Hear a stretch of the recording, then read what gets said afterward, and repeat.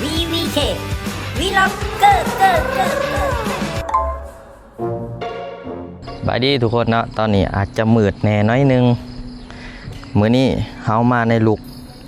สร้างไฟในตำนานเนาะดอกไฟขาดเนาะบ่มีหยังเฮ็ดเอ้าแปลงไฟพอดีด้นแล้วบ่ได้ถ่ายคลิปถ่ายทุกคนเบิ่งเลยเนาะว่าวิธีตายต่อในใดเนาะเฮาต่อแบบนี้อาจจะบ่เห็นเนาะเพราะว่ามันมืดถ่ายคลิปแนวใดวะนี่เนาะนี่ต่อเรียบร้อยปกติมันจะเป็นน้ำปลักนี่แต่ว่าเขาต่อแบบแต่งนะเขาสิเนาะมันมีดอกไฟอันหนึ่งอยู่นี่แต่ดอกตัวยูลุมมันขาดเนาะนี่ก็ดอกไฟของเขาเนาะนี่ดอกเขาจะเอาดอกนี้ไปใส่พุ่นแล้วปกติดอกอยู่นั่นนะเขาต้องเสียบซ้ายมันจะหุงแต่ว่าเขาสิต่อแบบเปิดดอกนี้หุงดอกนั้นเลยเนาะแบบอัตโนมัติเนาะเดี๋ยวเรามาหลุ่นเบิ้งน้ำกันเนาะว่าสีไหมเฮือนหรือบ่เนาะเอามาเบิ้งสีมือสร้างจำเป็นเนาะตอนนี้ตอนี่แล้วนี่แล้วเรามาตัดนี่ทิ้มตอนนี้บ่ได้ใส่เนาะจากเฮียนจากอาจารย์ยูเนาะอาจารย์ YouTube เนาะโอ้เป็นตะร้อนแต่ว่าโอเคหลังจากตอนนี้แล้วก็เคี่ยนนี่เติมอีกเพื่อป้องกันไฟหัวเนาะมาแม่นไหมถ่ายคลิปก่อนเดี๋ยวแถกเหมือนก่อนว่ามันสียาวหอนไซเนาะสายมันสีหอนนี่บ่มันคือว่าบ่อยากถึงว่ะบ้า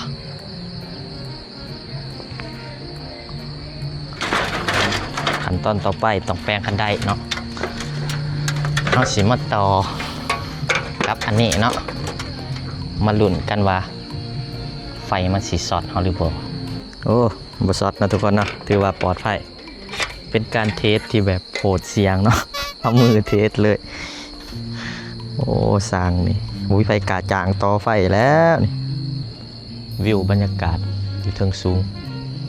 ตะเวนกำลังตกดินพอขึ้นว่าเติงคิดหอนสมัยกอเหือนเนาะคลิปเบื้องหลังกอเหือนยังไม่ทันปล่อยได้ทุกคนเพราะว่ายังเก็บรายละเอียดตื่มอยู่เดี๋ยวเราสิมาต่ออันนี้มาดิ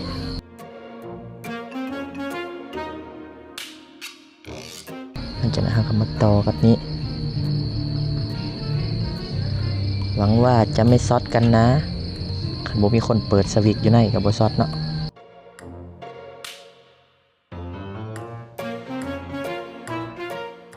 มาเรียบร้อยนะอันนี้ถือว่าจากประสบการณ์ที่เคยเฮ็ดไฟไหมเฮือนมาหา6 หลังเนาะทุกคนเนาะเราจังสิได้ประสบการณ์แบบนี้ห่วยเว้ยมันคืออยากเงาแต่หักมันเข่าไว้สินี่มันก็ล็อกไว้เนาะอ้าวเยี่ยมหวานเจี๊ยบมาบัดนี้ขั้นตอนเขียนบัดนี้เขียนเนาะนี่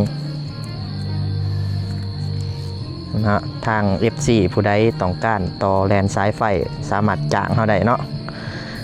เดี๋ยวเขาจะจัดให้เต็มคาราเบลเนาะแต่บ่มีประกันเด้อทุกคนเด้อเอาแนวได้อีกเขียนผัดว่าเหี่ยออกหวาน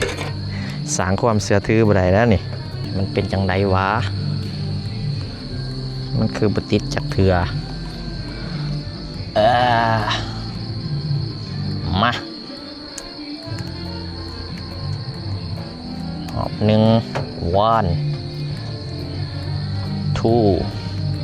ติดแบบแน่นที่4 5 6 7ทุกคนอาจจะสงสัยว่าโทนี่ก็แจ็คไปใส่เนาะโทนี่นะจะออกไปเวียกเนาะแต่แจ็คไปซื้อไก่เนาะซื้อไก่มาต้มเหมือนไอโซมาไปจะเห็ดต้มไก่ให้กินนะสูตรโซพนาดนแล้วบ่ได้กินสูตรเพิ่นเนาะ ไก่แล้วเนาะไก่แล้วไก่สีเมื่อยแล้วโอ้ถือว่าสกอตเฮาติดเนี่ยแบบบ่ประหยัดเนาะเพราะว่าบ่เป็นสกอตเฮาเนาะติดหลดโอเคโอ้หน้าแน่นแดบล้ำแฮนซัมเนาะร้อยขั้นตอนต่อไปคือเราต้องเอาซ้ายพวกนี้เนาะสอดไปตามห้อง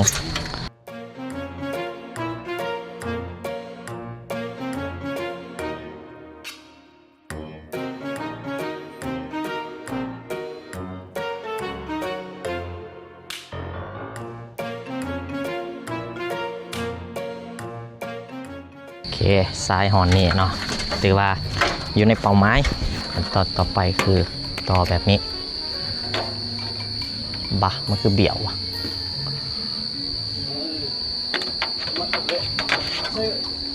เนาะนี่ปะดีเสื้อมัดเอามัดบฮอนดอกปอกฝรั่งเดี๋ยวเบิ้งลูกตรงแถบซ้ายนะครับมันหอนนี้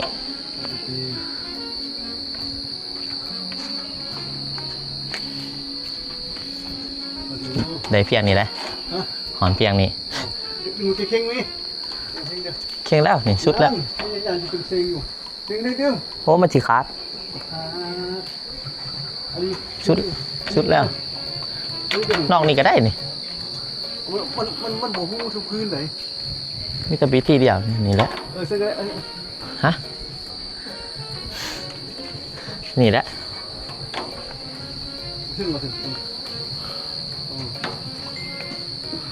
ยี่นี่วะ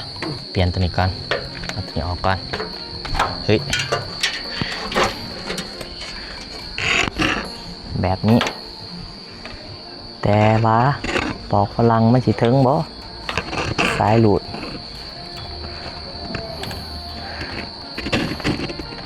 มาลุ้นกันเนาะว้าวบ่ถึงเนาะทุกคนเนาะถ้าแบบนี้มันถึงเนาะใส่สายหูดได้เพราะว่าดอกไฟมันเป็น LED บ่ค่อยฮอตเนาะ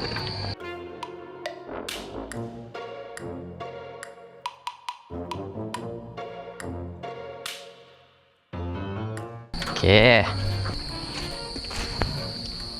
เดี๋ยวเราสิไปลุ้นกันเนาะว่าไฟมันสิขึ้นหรือบ่มาเย็ด1 2 3ว้าวสวยงามว้าวแจ้งเลยวะโอ้แห้งเติบได้ดอกไฟนี่เนาะเรียบร้อยเนาะงานสร้างแต่งถือว่า